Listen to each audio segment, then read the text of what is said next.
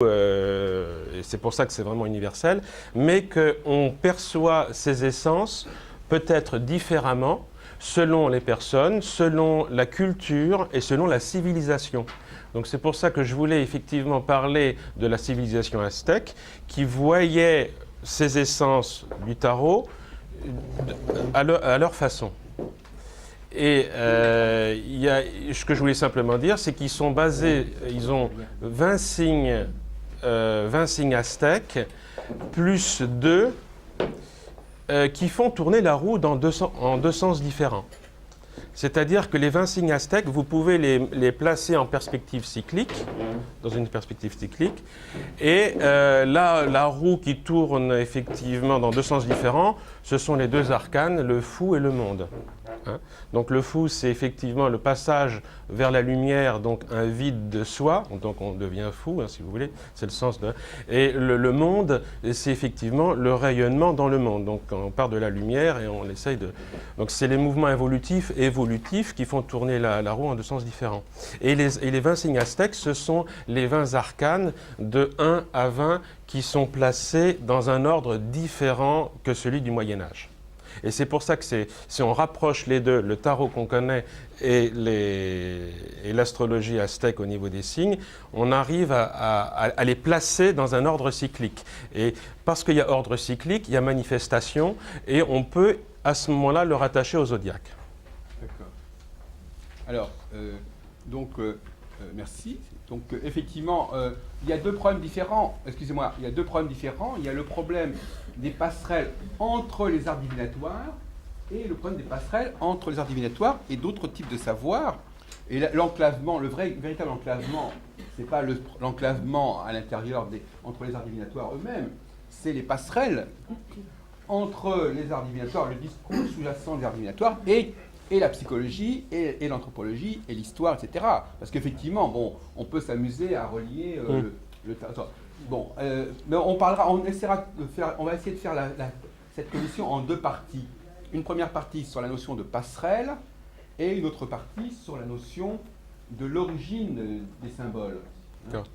L'origine du tarot, l'origine du zodiaque. Donc on va essayer de faire en deux parties la réunion. Simplement juste, le passerelle et symbole, ce qu'il faut voir, c'est qu'il faut voir au-delà du symbole, au-delà de l'iconographie qui est tout à fait relative et propre à la culture, pour essayer de saisir les idées forces.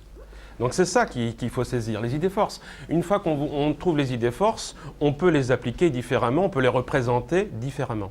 Alors pour vous, Olivier Perbrune, quelles sont les idées forces qui sont là en permanence, enfin, qui transparaissent dans ces différents langages divinatoires, ces différents symboles? Ben alors, c'est une question très vague, mais disons que si on parle par exemple précisément, il faut toujours préciser de quoi on parle, je peux vous dire, si ça vous intéresse, les idées des signes aztèques, qu'est-ce qu'ils veulent dire, et non, mais pas de chaque signe. Non, moi je parle du système l'idée force d'un système global, c'est-à-dire d'un système qui est j'appelle la notion de déclinaison. Par exemple, vous avez le tarot, l'idée force, c'est pas de dire tel signe veut dire ceci ou telle lame veut dire cela. L'idée force, c'est de savoir quelle est l'idée qui est manifestée à travers toute une série de symboles. C'est ça qu'on a dit qu'il y avait un déficit à ce niveau-là. Oui. Bien évidemment, au niveau de la signification d'un facteur particulier, là, les gens sont intarissables. Mais quand on leur demande quel est l'élément qui revient, qui est récurrent à travers une série de signes ou de symboles, c'est là qu'il y a une difficulté. C'est là qu'on s'aperçoit qu'il y a Tout à l'heure, je ne sais pas quand vous étiez là, vous avez dit, tant qu'on interroge les gens sur des cas particuliers, des significations précises, ils sont intarissables. Et donc on leur demande de relier entre eux, à l'intérieur même d'un même savoir. Parce que vous parliez tout à l'heure de passerelles. Il y a trois types de passerelles. Il y a les passerelles entre tel savoir divinatoire et un autre savoir divinatoire. Il y a les passerelles entre les savoirs divinatoires et des savoirs non divinatoires. Mais même à l'intérieur d'un même savoir divinatoire, les passerelles ne sont pas évidentes. C'est-à-dire que par exemple, même si on prend le zodiaque, est-ce que tout le monde est capable de dire qu'il y a une passerelle, qu'il y a un système qui intègre complètement l'ensemble zodiacal en tant que symbolisme? Donc voyez-vous, même au niveau de la cohérence interne des systèmes, on n'est même pas encore là. Voyez-vous. Donc il y a trois passerelles. Cohérence d'un système X, cohérence d'un rapport entre un système X et un système Y, et après, passerait entre le champ divinatoire, y compris l'astrologie, et d'autres domaines qui sont moins disons, hétérodoxes. Oui, mais ça c'est une question extrêmement générale. Je ne vois pas comment on peut répondre à une question aussi générale que ça. Eh ben voilà. Il vaut mieux tout simplement voir cas par cas, parce que là on sait vraiment de quoi on parle. Ah ben non, mais alors, écoutez, on n'a pas du tout la même méthode de travail. En tout cas, on n'est pas ici à ce colloque pour faire des cours sur la signification du bélier ou du taureau, ou je sais pas quoi. On a une approche qui se veut plus ou moins synthétique. Oui, mais c'est à travers ça que vous pouvez, c'est toujours par des choses bien qui sont définies, qu'on peut progresser. Parce que si on parle de la généralité, on parle de rien. Oui, d'accord. Oui. On connaît la chanson. Alors, monsieur, non, ça c'est les gens qui disent écoutez mon petit cours sur 22 arcanes et puis après on réfléchira peut-être sur la signification non, générale. C'est pas un petit cours que je voulais donner. Non, je parle pas de vous. Moi, je m'en fiche, moi. Hein. C'est pour le congrès que je voulais apporter quelque chose de nouveau. Moi, je m'en fiche. Non, mais quelque chose de nouveau pour le congrès, c'est pas un gadget supplémentaire.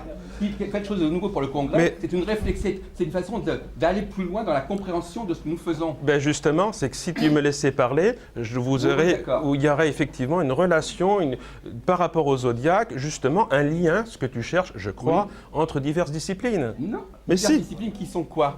Qui sont lesquelles? Eh bien, justement, entre des disciplines qui sont en apparence contradictoires, comme le tarot et le zodiaque. Bon, parce que c'était justement l'occasion. C'était justement l'occasion de trouver des liens par rapport à ça. Ah ben, écoute, sur ce. Bon. Alors moi, Madame Lire, vous êtes très gentille. Les rapports entre tarot et zodiaque, c'est tout à fait intéressant. Moi-même, j'ai beaucoup travaillé là-dessus. D'ailleurs, c'était justement dans ce sens que.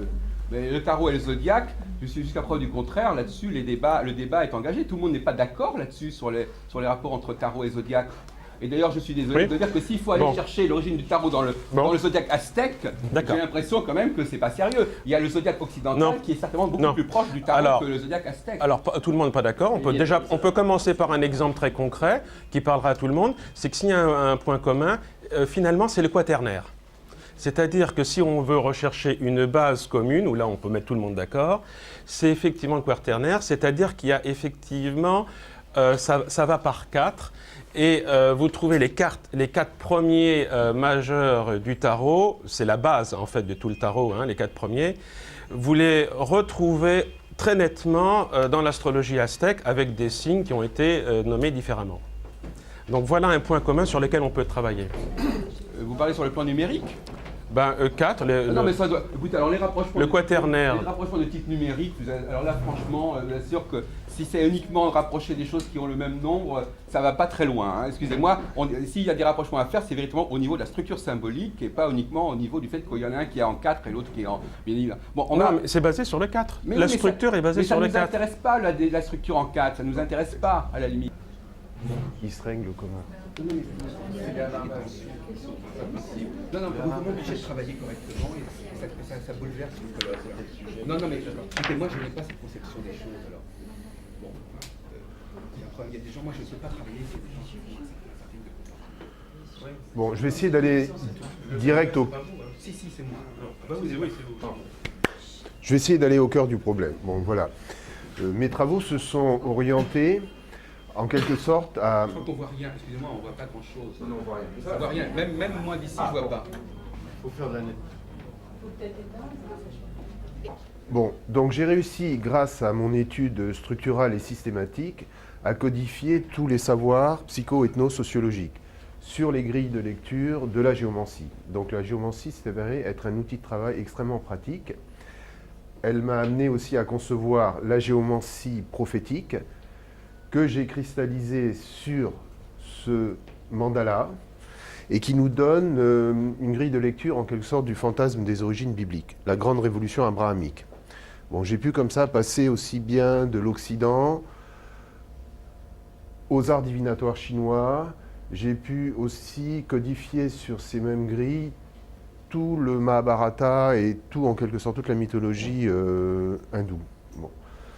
Donc j'ai pu en quelque sorte, par rapport au colloque, disons que la philosophie de la géomancie est une philosophie très démocratique. Hein.